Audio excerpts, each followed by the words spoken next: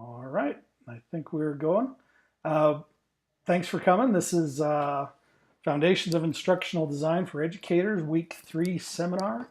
Uh, I can't believe we're already starting the third week. It's going to be over and it's going to be Christmas before we know it. And I hate to say that, but with tomorrow being the start of fall, this is kind of when I start my seasonal depression. When the days get shorter than the nights, and I go to work in the dark and I get home at dark, I start to struggle with it. But those are my issues, not yours. But I'm glad to see you guys here today. So let's just kind of go over the week. Let me start off sharing my screen here, if I can share screen.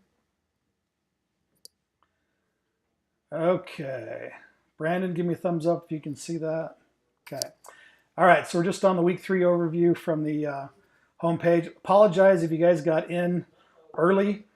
Discovered a few of these links were either not working correctly or pointing you to the wrong stuff. We fixed those. Brandon has updated those in his class. I've got them done in mine. We discussed maybe doing what they call in Canvas cross-listing these courses so that we just have one main Canvas shell and then have you have the two different groups in as sections. So we would only have to update it one place, but everyone would make it easier for us to teach and for you to get the most up-to-date content. So the reading, I think it's a really good article. It's this, what is this pedagogy? I'm going to just jump to the reading page actually to go through that. This is it talks about a framework that they abbreviate TPAC. It was TPCK, now it's called TPAC. Where it's an approach for you to think about where you're at in this whole technology integration sphere or process. I just want to read a couple of highlights that I made when I read through this, when I found this article. Couple of things that resonated with me. So there is no one best way to integrate technology into curriculum. Rather, integration efforts should be creatively designed or structured for particular subject matter ideas in specific classroom contexts.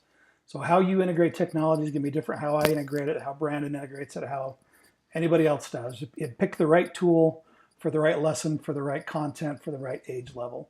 It's super important. And then another one that jumped out to me, teachers need to reject functional fixedness and develop skills to look beyond most common uses for technologies, reconfiguring them for customized pedagogical purposes. Thus, TPK requires a forward-looking, creative, and open-minded seeking of technology use, not for its own sake, but for the sake of advancing student learning and understanding. So we don't want you to just use technology for technology's sake. We really want you to find the right tech tool for the right lesson, for the right project, for things that are going on. Because I really do, I really believe that the true power and benefit of educational technology is to allow students to get to that place where they're really doing things that would have been impossible without the technology. And we'll talk about that in what level that is in a different model called SAMR. We're looking at both of those this week.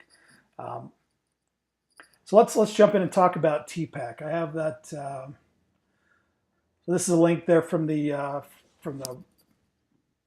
overview. What is TPAC? And actually, this is from the article that's linked there. It's a good, quick little overview of what TPAC is beyond what the reading for this week says. But let me just kind of break this down and how I see this this little model of instruction working. So this the CK, I'm going to start down there in the bottom right-hand corner. This content area knowledge, CK. This is what college prepared you guys for. You guys are content experts. If you're a biology science teacher, you know that stuff back and forth. Brandon and I can't do anything to help you with that content knowledge, but you've come. That's why you got hired in your job, because you know your stuff. You've got that background there. So PK, the pedagogical knowledge, it's another one of those words that are hard to roll off the tongue. That's where your education courses in college prepared you the most. So how do you take your content and present it to your students in the best way possible? How do you adjust it for different learning types and levels? How you really perform your job and how you get that across.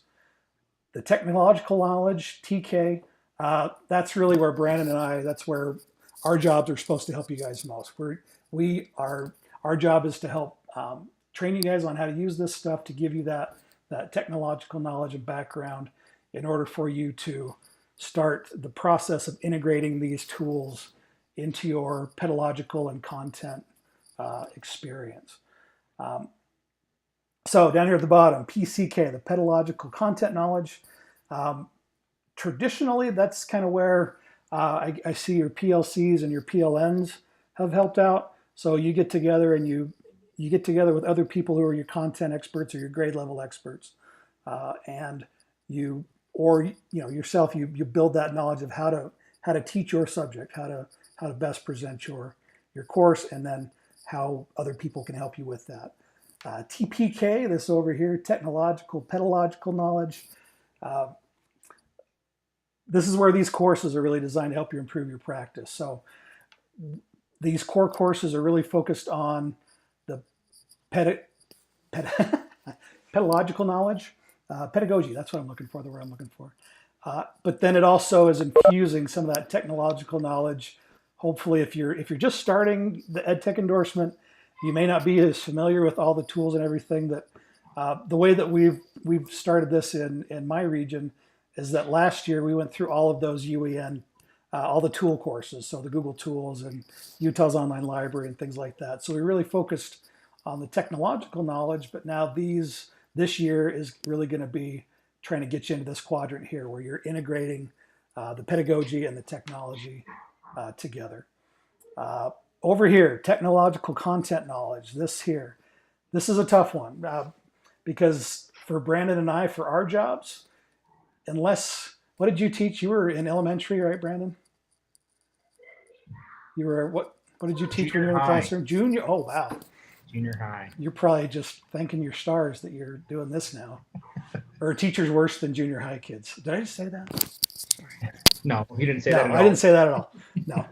No. But if we don't know your content knowledge, it's going to be tough for us to help you with specific ways to integrate that into a particular unit or concept or stuff like that. And so again, that might be a good place to reach out to your PLN, PLCs, and if you've got other teachers that are expert in that and are working on or that have done good things with integrating technology, that'd be a good place to do it. And then this middle here, that's kind of where we're trying to get, where we've got the content knowledge, we've got the really great approaches on how to teach it, and we're integrating technology to the fullest extent. That's kind of where we want to be at the end. It's not where you're going to start off, certainly, but that's where we want you to go. That's the goal or the nexus of where we want you to go. So does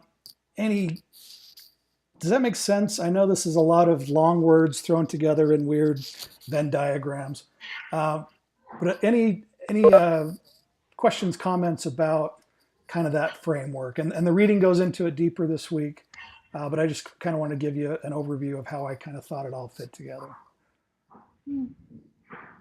Hi, Julie. Hello. Good to see you. Welcome in. Anybody? Any comments, questions? Okay. Brandon, anything you want to add?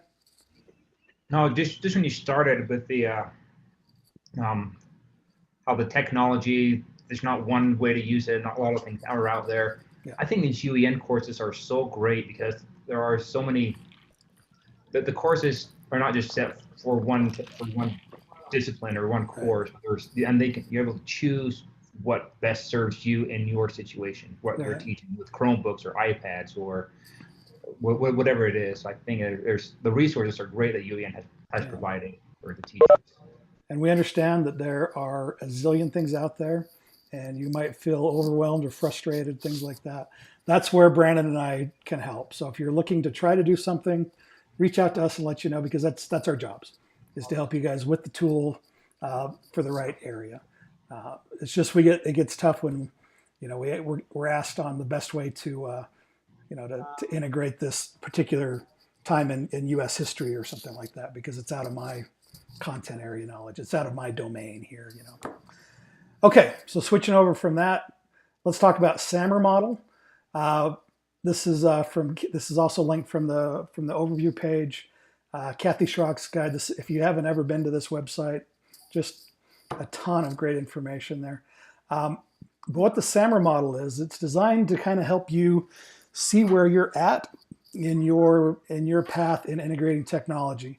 And so a lot of times, I've seen this over and over and over again when we go in and the district installs whiteboard. Everyone gets a whiteboard because they're awesome things, and go forth and use them effectively. And if you don't have any professional development on it or any tips or tricks on how to do it, I've walked into so many classrooms, I'm sure Brandon has seen this as well, where a teacher, hey, look, I'm using my whiteboard.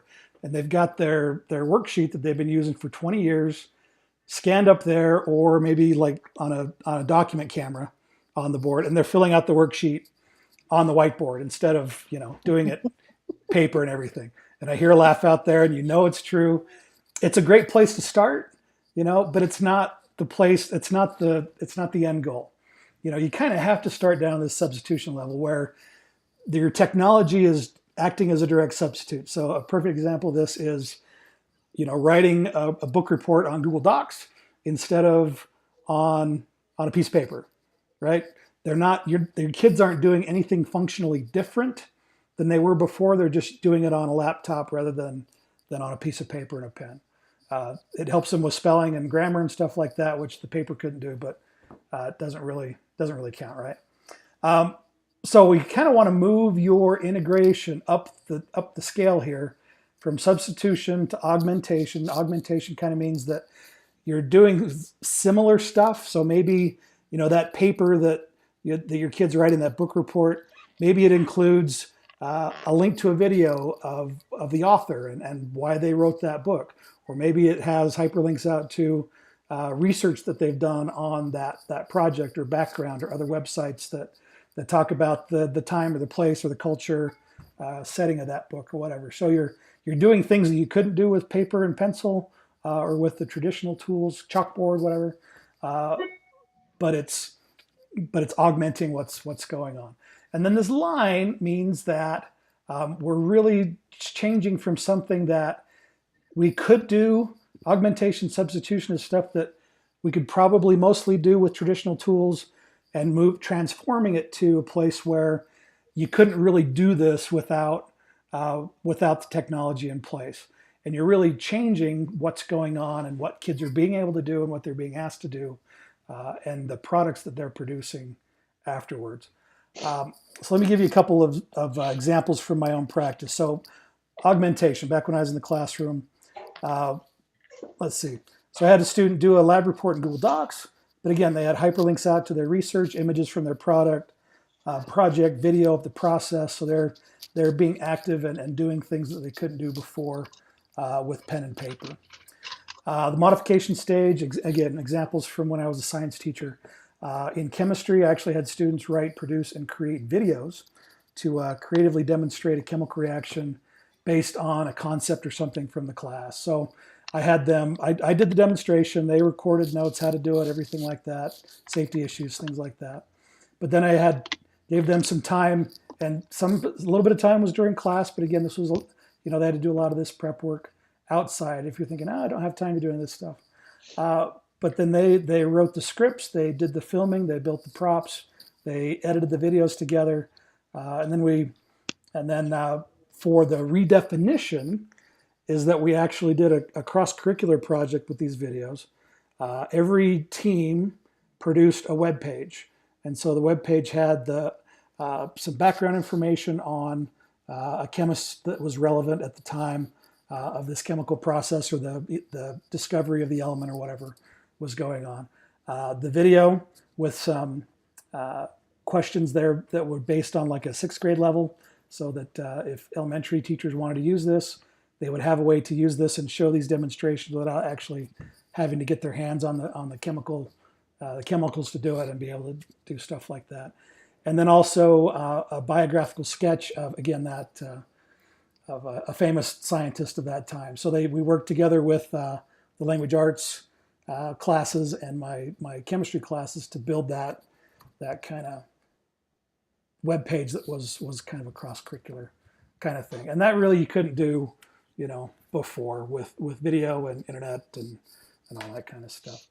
That was a long time ago, and that's kind of where I was able to get to it at. But there's so many different ways that you can redefine things. Another example from what we're doing with a grant called Research to Write. We were able to get a classroom set of Chromebooks, and we've taken that to different schools in our region, and we've worked with the teachers and the librarians to teach kids good research tools, a little bit of digital citizenship, and ways to tell good resources from bad. And then we've actually had the kids research a topic and use Google Docs to write an ebook. And then once they made the title page, they put in their cover images, they did some art, they brought in pictures, they brought in links. And then when they were done, we took those documents, downloaded them as an EPUB, and they're actually on our regional ebook library, so that other kids from around the region can go out and search for those topics and view those kids' books. So another example there of SAMR. And so any questions on SAMR before I move on? You seen these two models before, SAMR or TPAC before? Okay. Good ways to think about your practice. And again, the readings will get you a little bit more in depth on those. Let's see. So back here, we got the reading. There's a good video here that talks about TPAC and walks you through that. The discussion, I believe. Oh, this is the activity. So the assignment this week is to take that TPAC framework, that image, and maybe just kind of redesign it a little bit so that you're getting more experience with using some sort of design graphic tool. If you want to use like Adobe Spark, or if you want to find some pictures or ThingLink, or however you want to do that. Here's some examples. One sample of a student that I was in this course with a year ago or two. And I think they just used Google Drawings for this, or found just a way to kind of reorganize it a little bit, make it yours. And again, to give you practice on 70 calories. I never noticed that before. I wonder what that's referring to. Anyway, that's great. But again, just redesigning that image to make it your own. I can't take credit for this one, but I found this one that puts together Bloom's and SAMR and TPAC and depth of knowledge levels, just kind of where those all fit together. You don't have to go this far, but just another example of applying those different frameworks and concepts in a different way. And so those are there for you to reference. For the assignment, just turn in a link, or if you have the, I'm actually embedding it there. There you go. So turn in a link to that work, or if it's an image, download it, upload it into the assignment. If you have struggles getting that to post, let us know, and we're happy to help out with that. And then the discussion this week, pretty simple. Once you've done the reading, once you've kind of taken a little bit of time to digest TPAC and SAMR, talk about how they relate, how they're different, how they work, how they may help you in your practice. So questions on the week. Talking a whole lot. You guys are just saying nothing. Okay. One more thing I really want to cover is you may have seen a couple of references last week and this week to the... Ooh, Sorry. it's okay, Kathy. Thank you. Wait, I do have a question. Yeah. So when we reconfigure the TPAC, are we supposed to put the other model in with that, or can we do those separately? If you want to do SAMR, that's fine. Okay. I think that's okay. Yeah. You don't have to have the two. Just the assignment's just to kind of rethink or reorganize TPAC, and maybe that makes more sense to you. Okay. Cool. Thanks. You bet. Okay. So let's see. Here we go. Let's jump to the assignment. Oh, part of your unit plan. There it was right there. And so consider aligning your final project unit plan to this model. And maybe has anyone thought, well, Brandon, what is this final project plan you were talking about? Just now. Just now. Good. So if we go to modules, And we jump down, way down to week 12, all the way in the future. And as we go, you're building these digital learning experiences and activities. Everything's kind of designed to fit into your unit plan. And so your final project that's due November 29th, last week of this class, you can use either template you like. I kind of like the Google one. It's a little bit more streamlined and simple for me, but you're welcome to take a look at the other one if that makes you happier. You can do that. But so the overall goal, the overall project for this class is you're going to develop a 3-week comprehensive unit of curriculum using the Understanding by Design framework. And we're going to start getting into that UDB stuff in the next couple weeks. But you're going to have a unit goal, appropriate number of performance tasks, 8 to 15 learning experiences, and then the 6 digital learning experiences. Again, those are your assignments for those weeks. So we're not asking you to do a whole ton of stuff extra beyond what we're going to be doing weekly in the course. And so this is your 3-week overview. If you need to expand this, whatever, feel free to make a copy of this document for you to use as a template. Excuse me. But then as you go, if your learning graphic environment or your TPAC redesign, if you need to link out to those things for the unit project, there's a place down here at the bottom for you to link in those things. So keep this in the back of your mind as we're working through our time together in this class. That's kind of the goal, where we're going to end up. But each week is designed to give you another little piece of that, the digital pieces of that unit plan. You're going to come up with the subject area or grade level that you teach, what unit activities, the learning that you're going to do that is integrating this technology or many technologies into this unit. Clear as mud. Yes, no, are we doing okay? Mhm. Okay. Arlie, sounds good? Yep. Okay. Brandon, anything else? I think that's about all I've got ready for today. Good. Now, hopefully with this final unit and the weekly activities and the assignments, that is practical stuff that you are doing in your class, or that you want to implement, that you want to try, you want to do. We don't need to be doing things just to be doing it. Absolutely. That's not the purpose of this course, just to go through it, but make it practical for what you are doing. So if you need to modify the assignment so it fits what you're doing, we're fine with that. Yep. So don't worry about following the assignment to the letter of the law. It's not. It's about making it what works for you. That's right. Absolutely. And so that's why I should have talked about the final project maybe last week. But if you can get that, an idea of what that project is going to revolve around or what that unit's going to revolve around, that'll help you with where to focus the weekly assignments. Again, what Brandon said, make sure that it'll be helpful to you and not just checking a box for us. And then I've got a few people in my class that are a little bit behind, and that's fine. It happens, and life happens, and life should take priority. The only thing we ask is that if you can get in and be as caught up with the discussions as possible, because if and I was guilty of this when I was taking this course a year ago. I'd come in on Wednesday night and do my video and make a couple comments, and it probably did anybody no good except for it checked it off the list for me. I'm just going off of personal experience. So if you're involved and engaged in those discussions, the assignments, we grade them as complete or incomplete. There's no way to say complete and late, or we're angry at them for being late, so take off 3 points. With the assignments, it's either done or it's not. So keep up on the discussions. If you get a week or two behind on assignments, that's cool. Just don't let it snowball into I've got 6 weeks of assignments to try to make up in a week. So prioritize on the discussions, get the assignments done as you can. If you want to work ahead, cool. If you're going to be gone for a week or two, or you've got Come to Hawaii. Examples. Examples.